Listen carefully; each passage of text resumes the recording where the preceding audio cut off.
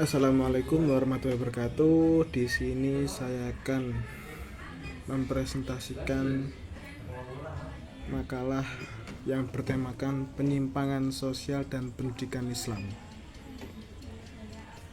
Untuk memenuhi tugas mata kuliah Sosiologi Pendidikan Islam. Nama saya Dian Nurhaji Pamungkas, akhiran NIM 071.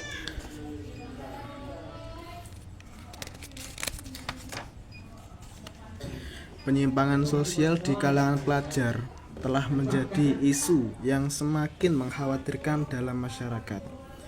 Kasus-kasus seperti perundungan, tawuran, penggunaan narkoba, dan perilaku kenakalan lainnya yang sering muncul di lingkungan sekolah dan di media sosial,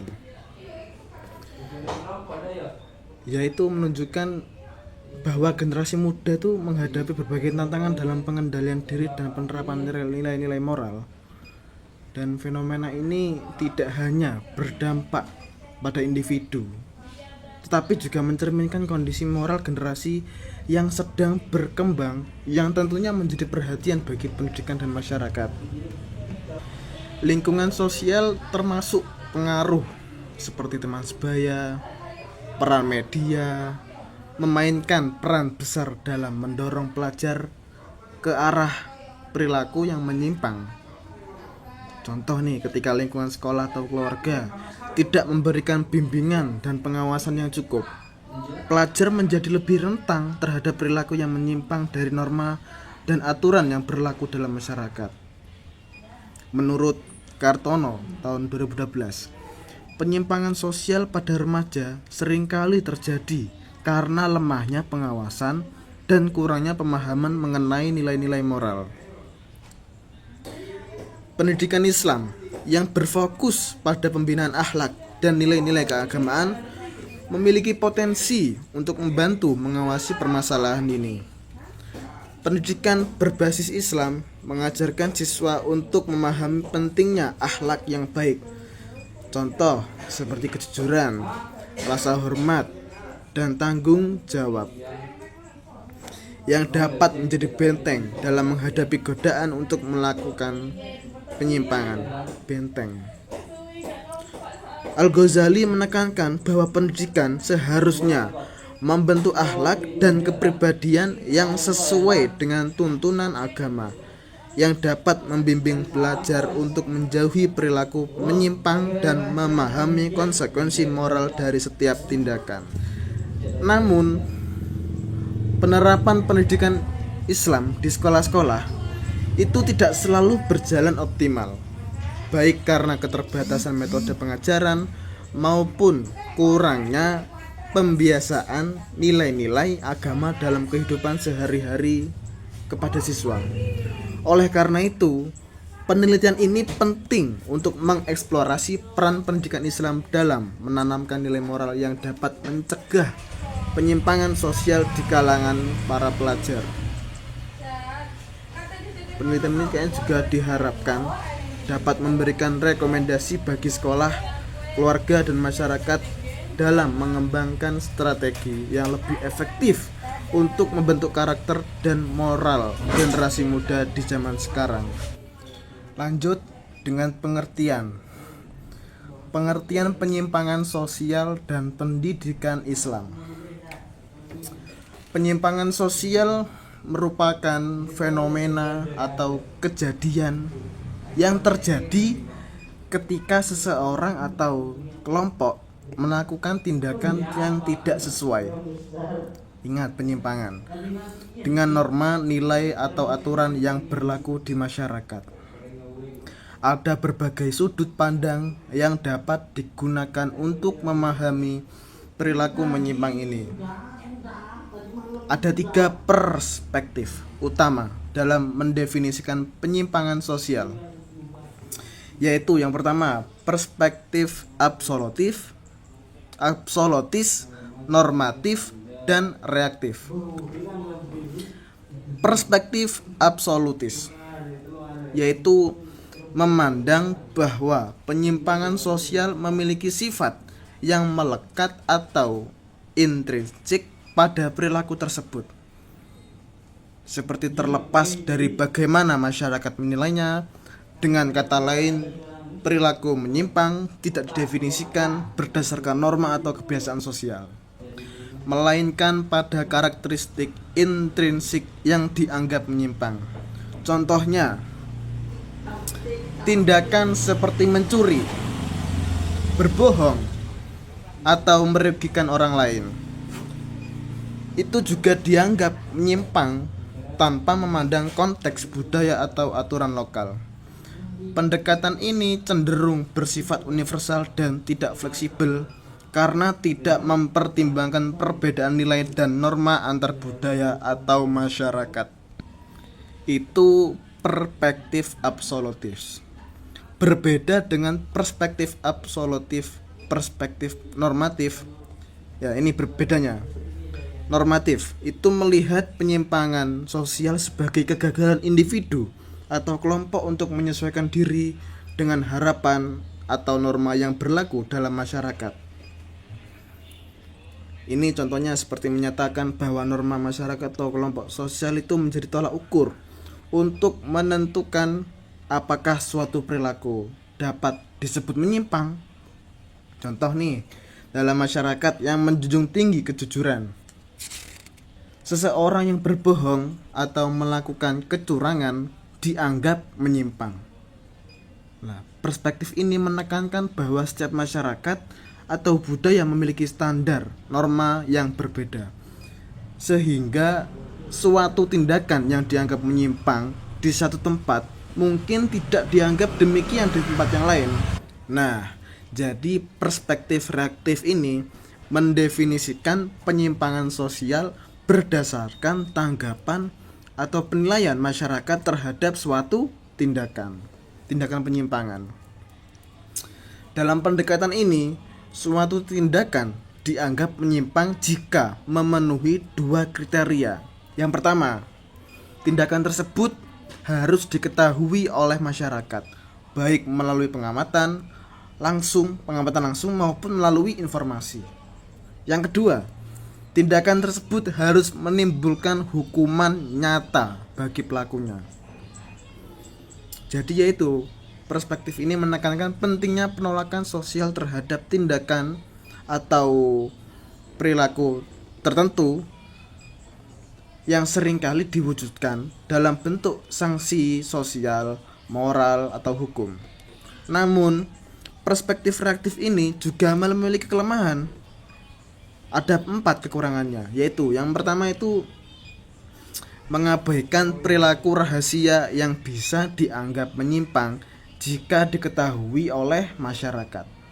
Yang kedua, tidak mempertimbangkan bahwa pelaku mungkin sadar perilakunya akan dicela tetapi tetap melakukannya. Yaitu yang ketiga, mengesampingkan kemungkinan adanya pola yang dapat diprediksi dalam reaksi masyarakat terhadap penyimpangan. Yang keempat, mengabaikan realitas adanya korban dalam tindakan menyimpang. Nah, penyimpangan sosial ini dapat terjadi dalam dua bentuk, individual dan kelompok. Penyimpangan individual merujuk pada tindakan menyimpang yang dilakukan oleh seorang individu, seperti seorang pengemis yang melanggar norma kerja keras dalam masyarakat. Di sisi lain, penyimpangan kelompok terjadi ketika tindakan menyimpang dilakukan secara kolektif oleh sekelompok orang. Contoh, jika sebagian besar warga desa memilih menjadi pengemis sebagai cara hidup, ini menjadi penyimpangan kelompok yang mencerminkan pergeseran norma secara kolektif. Para ahli sosiologi telah memberikan kontribusi besar dalam memahami fenomena penyimpangan sosial melalui berbagai teori. Misalnya, memperkenalkan konsep, yaitu keadaan tanpa norma yang muncul ketika ada ketidaksesuaian antara harapan budaya dan realitas sosial. Situasi ini dapat menyebabkan individu merasa kehilangan arah, yang pada akhirnya memicu perilaku menyimpang. Menurut para individu, mempelajari tujuan budaya dan cara mencapainya melalui sosialisasi. Namun, ketika akses terhadap cara-cara yang sah untuk mencapai tujuan tersebut terbatas, ada batasannya. Individu itu dapat mencari alternatif yang berujung pada perilaku yang menyimpang. Yang menyimpang itu ada 4. Yang pertama, ada inovasi. Individu menerima tujuan budaya tetapi menolak cara yang sah untuk mencapainya. Contohnya ini, seperti seorang yang memilih merampok untuk menjadi kaya daripada bekerja keras. Kan sangat menyimpang banget itu. Yang kedua, ada ritualisme, yaitu seperti menerima cara-cara budaya tetapi menolak tujuan akhirnya. Misalnya seperti seseorang yang mengikuti aturan hanya untuk menghindari hukuman, bukan karena meyakini nilai dari aturan tersebut. Nah, itu kan sangat menyimpang. Yang ketiga, ada pengasingan diri. Individu menolak baik cara maupun tujuan budaya tanpa menggantinya dengan yang baru. Contoh, perilaku ini adalah pecandu narkoba yang menarik diri dari norma masyarakat.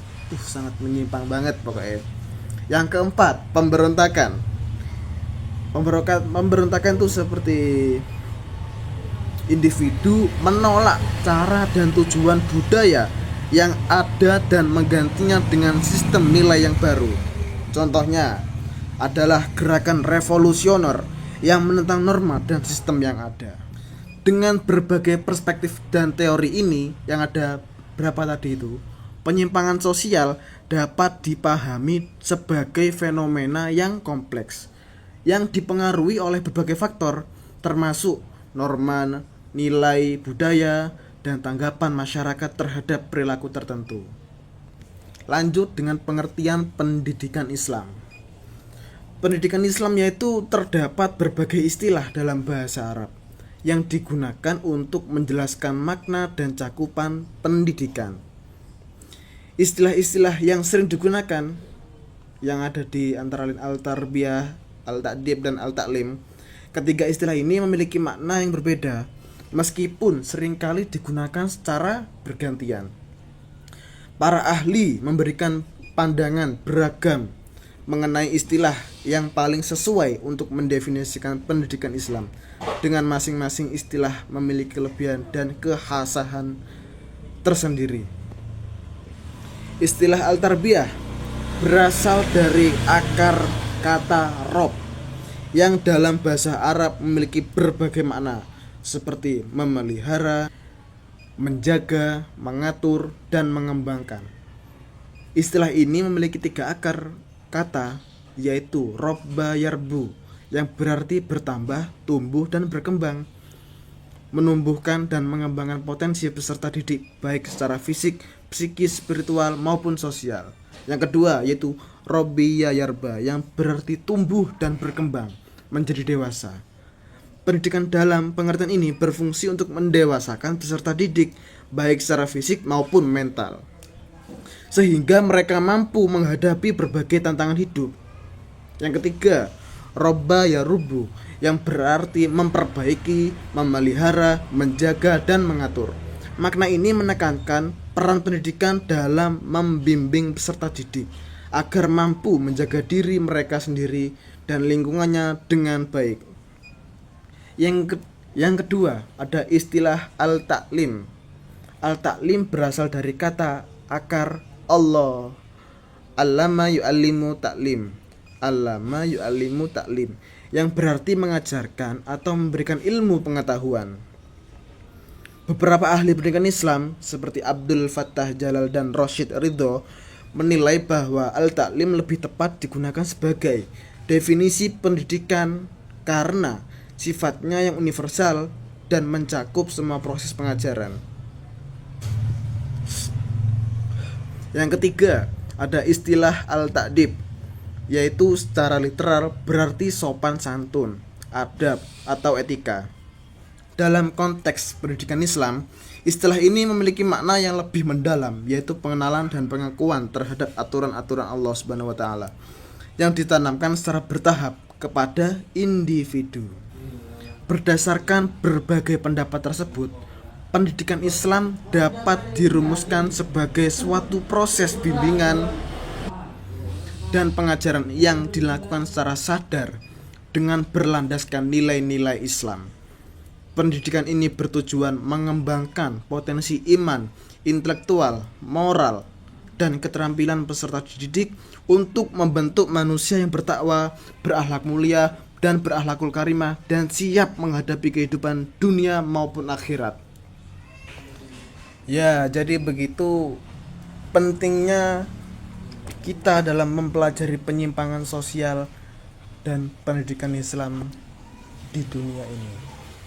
Saya sebagai presentator memohon maaf apabila ada kesalahan tutur kata yang tidak benar.